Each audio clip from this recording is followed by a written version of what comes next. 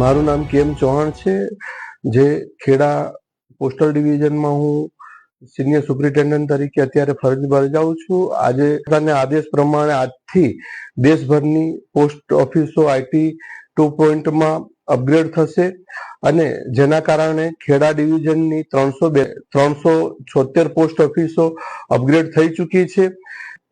જે private agency દ્વારા જે પ્રોગ્રામ ચાલતો હતો તે આપણા પોસ્ટ ખાતાના નિષ્ણાંત એન્જિનિયરો કર્મચારી દ્વારા આ પ્રોગ્રામ બનાવેલો છે, જેનાથી પબ્લિકને કોઈ ગમે ત્યારે સર્વર બંધ થવાના પ્રશ્નો બિલકુલ નહીવત થશે અને પબ્લિકને સારી સેવાઓ મળી રહેશે.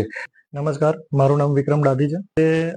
જે સેપ એપ્લિકેશન જે હતી, જે થર્ડ પાર્ટી એજન્સી થ્રુ જે ચાલતી હતી, એની જગ્યાએ હવે અમારા ડિપાર્ટમેન્ટ દ્વારા નવી જે એપ્લિકેશન IT 2.0 રોલ આઉટ કરવામાં આવી છે.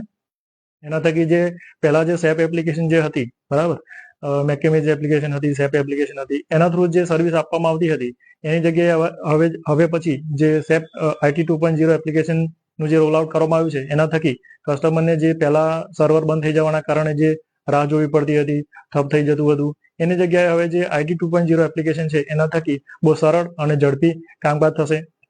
2.0 એપ્લિકેશન આવવાથી પહેલા જે એપ્લિકેશન જે કસ્ટમર માટે હતી, ધારો કે ઇન્ડિયા પોસ્ટ પેમેન્ટ બેંક છે, મોબાઈલ બેન્કિંગ સર્વિસની જે એપ્લિકેશન છે, બરાબર, ડાક પે એપ્લિકેશન છે, આ બધી જે એપ્લિકેશન છે એની અંદર કોઈ પણ પ્રકારનો ચેન્જીસ નથી. તો કસ્ટમરે એના માટે બીજી કોઈ એપ્લિકેશન ડાઉનલોડ કરવાની નથી કે એની અંદર કોઈ મોડિફિકેશન કરવાના નથી.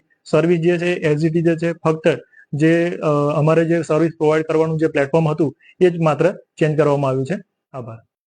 ઇન્ડિયા પોસ્ટ પેમેન્ટ બેંકની જે ડિપાર્ટમેન્ટ ઓફ પોસ્ટની જે એપ્લિકેશન છે, એની અંદર જેવી રીતે બીજી બધી જે એપ્લિકેશન છે એના થ્રુ આ પણ એક એપ્લિકેશન છે કે જેની અંદર UPI ટ્રાન્સફર, બેલેન્સ ટ્રાન્સફર કરવું, રિચાર્જ કરવું, ત્યારબાદ અલગ અલગ પ્રકારના બિલ્સ પેમેન્ટ કરવા, આ દરેક સેવા જે ઇન્ડિયા પોસ્ટ પેમેન્ટ બેંકની જે એપ્લિકેશન છે એની અંદર ઇન્ક્લુડ કરેલ છે.